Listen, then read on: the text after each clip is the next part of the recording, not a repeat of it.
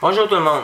Pas mal tout le monde connaît mon histoire, mon injustice, que mon avocate en 2009 et l'avocate adverse ont réglé le dossier hors cours pour 5000 $ alors que j'ai rien signé devant le juge Michel Deziel. On connaît l'histoire du juge Deziel. Et depuis ce temps-là, mon avocate s'est acharnée contre moi. Elle m'a fait arrêter à 2 reprises. La première fois, bon, parce que j'ai envoyé des courriels, je voulais avoir des réponses, mais qu'elle n'a jamais répondu. La deuxième fois, elle me fait arrêter, mais là, elle me fait vivre 3 jours à Bordeaux, comme un dangereux criminel.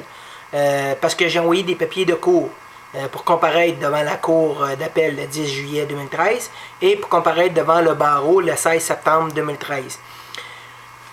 Les policiers ont fait des rapports, ont fait des enquêtes et tout ça. Ça, c'est le papier que je vous montre, original. Ma première arrestation. Là, les policiers ont fait enquête et tout ça. Et dans ce rapport-là, c'est marqué « La victime, le compte, reçoit des courriels répétés de la violence. » Et ensuite, ils ont saisi à ce moment-là, ils ont saisi mes ordinateurs, comme vous voyez ici. Okay, ils ont saisi mon ordinateur et ils ont saisi aussi en même temps un portable. Ils ont saisi mon portable. Okay. Et dans ce rapport d'enquête-là, qui était fait en 2013, le 8 août 2013. Vous voyez la date ici en bas, 8 août 2013.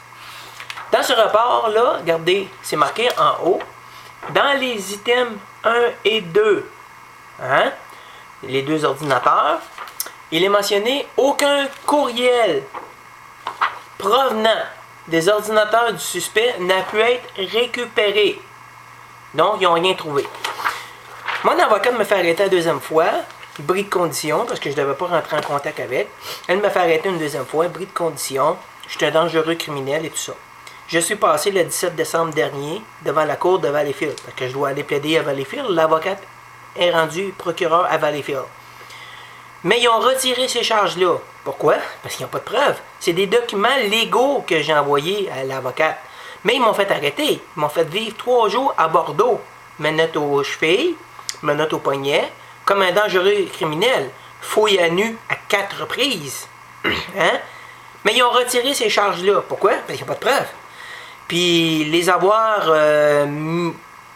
continué cette poursuite-là pour bris de condition, ben le procureur quelque part il aurait eu l'air fou. Parce que vous n'avez pas de preuves. C'est des documents légaux que j'ai envoyés. En tout cas, moi j'essaye de faire démontrer ça à des policiers qu'il y a eu collision entre les 3 avocats.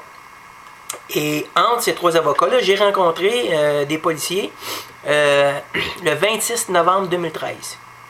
Policier Martin Benoît puis Stéphane Turcotte, policiers de Laval. Ils ont fait enquête, ils ont enquêté tout ça, et j'ai fait une déclaration KGB. Ça veut dire que c'est un enregistrement vidéo comme que je fais là. Tous les faits que j'énumère, c'est la vérité. Eux concluent qu'il y a parjure, puis qu'il y a collision entre les avocats. Eux déposent ça au directeur des poursuites criminelles. Ils déposent ça le 3 décembre 2013. Vous voyez la lettre ici. Hein? Cette lettre-là m'a été adressée le 9 décembre 2013. Comme quoi, je dépose une plainte contre les avocats. L'avocate au dossier, Maître Melissa McFarlane, elle m'adresse une nouvelle lettre le 19 décembre 2013. Comme quoi, que les faits que je reproche, les faits reprochés à Maître Lecomte se sont déroulés alors qu'elle n'était pas à l'emploi du directeur des poursuites criminelles et pénales. Oui, parce que moi, mon avocate, dans le temps qu'elle avait pris mon dossier, Maître Lecomte, était mon avocate.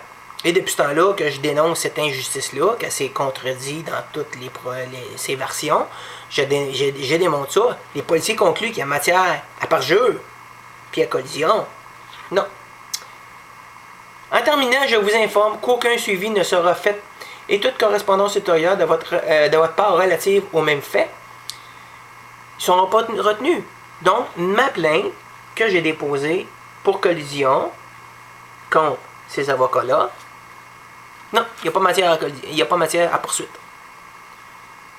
Vive la justice. En tout cas, j'ai toutes les preuves, puis j'ai pas fini. J'ai déposé une poursuite au civil contre cette avocate-là, Lecomte, au montant de 800 000, qui va être entendue prochainement, le 20 février 2014, à Saint-Jérôme.